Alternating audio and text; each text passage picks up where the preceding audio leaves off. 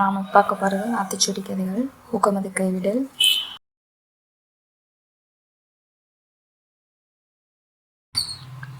மருங்கூர் என்னும் ஊரில் மாதவன் என்ற மரம் ஏறும் தொழிலாளி வாழ்ந்து வந்தார். சுற்றுவட்டார கிராமங்களில் தென்னந்தோப்பில் தேங்காய்களை பறித்து கொடுத்தும், பனை மரங்களில் ஏறி நுங்கும் பதநீர் போன்றவைகளை இறக்கி கொடுத்தும், அதில் கிடைக்கின்ற வருமானத்தை வைத்துக்கொண்டு குடும்பத்தை ஏழ்மையில்லாதவாறு நடத்தி வந்தார் மாதவன். ஒரு சமயம் தேங்காய்களை அறுக்கின்ற காலத்தில் மாதவனுக்கு உடல்நிலை சரியில்லாமல் ஆகிவிட்டது. தென்னந்தோப்புக்காரர்கள் எல்லாரும் மாதவனை வரும்படி அழைத்து தேங்காய்கள் அறுப்பதற்கு நாள் குறித்து விட்டார்கள். மாதவனால் சரியான நேரத்திற்கு தொழிலுக்கு போக முடியாமல் கடுமையான காய்ச்சலினால் மிகவும் கஷ்டப்பட தொடங்கினார். அதே நேரம் நோயை குணப்படுத்த மருத்துவரிடம் செல்லவும் பணம் இல்லாமல் அவதிப்பட்டார். மாதவனுக்கு மகேந்திரன் என்ற மகன் இருந்தான். 10 வயது கூட நிரம்பாத சிறுவன் மகேந்திரன் படிப்பிலும் பேச்சு சாதுரியத்திலும் படுசுட்டியாக இருந்தான். சிறு வயதிலேயே நல்ல பழக்க வழக்கங்கள் அவனிடம் நிறைய காணப்பட்டன. மகேந்திரனால் தன் தந்தை படுகின்ற வேதனையை தாங்கிக் கொள்ள முடியவில்லை. அதே நேரம் தேங்காய்களை பறிப்பதற்காக தன் தந்தை ஒத்துக்கொண்ட வேலையையும் செய்ய முடியாமல், மேலும் தந்தையார் மன கஷ்டப்படுவதை நினைத்து ஒரு முடிவுக்கு வந்தவனாய் வீட்டை விட்டு வெளியே புறப்பட்டான்.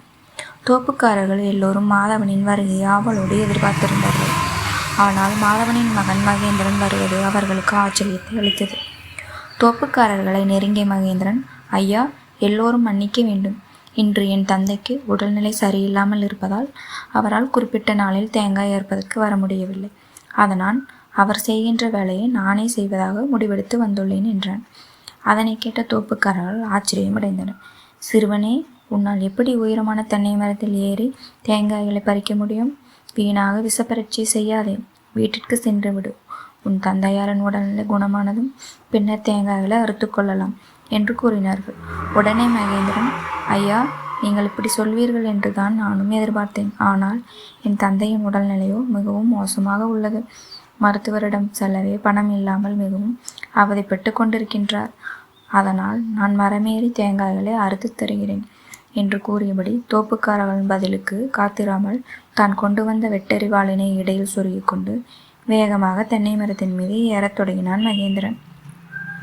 சிறுவயதிலேயே மரம் ஏறுவதில் தன் தந்தையுடன் பயிற்சி செய்வது சரியான நேரத்தில் உதவி செய்கிறதே என்று மனதில் நினைத்தபடியே மர உச்சிக்கு சென்று விட்டான் மகேந்திரன்.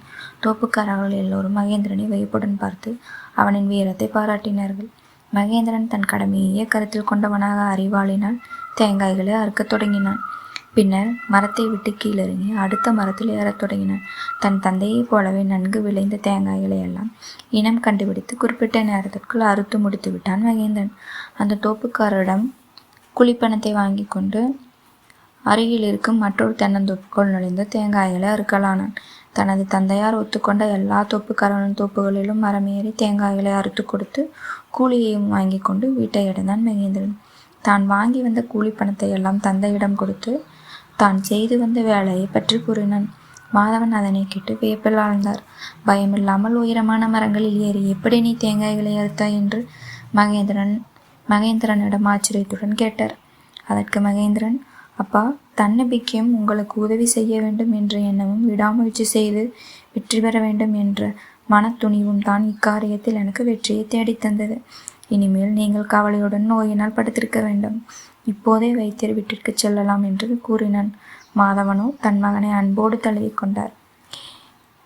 நீதி மன உறுதியை இழந்து விடாமல் துணிவோடு செயல்களை செய்ய வேண்டும். இந்த கதை உங்களுக்கு பிடிச்சிருந்துச்சுன்னா லைக் பண்ணுங்கள், சப்ஸ்கிரைப் பண்ணுங்கள், சப்போர்ட் பண்ணுங்கள். நன்றி.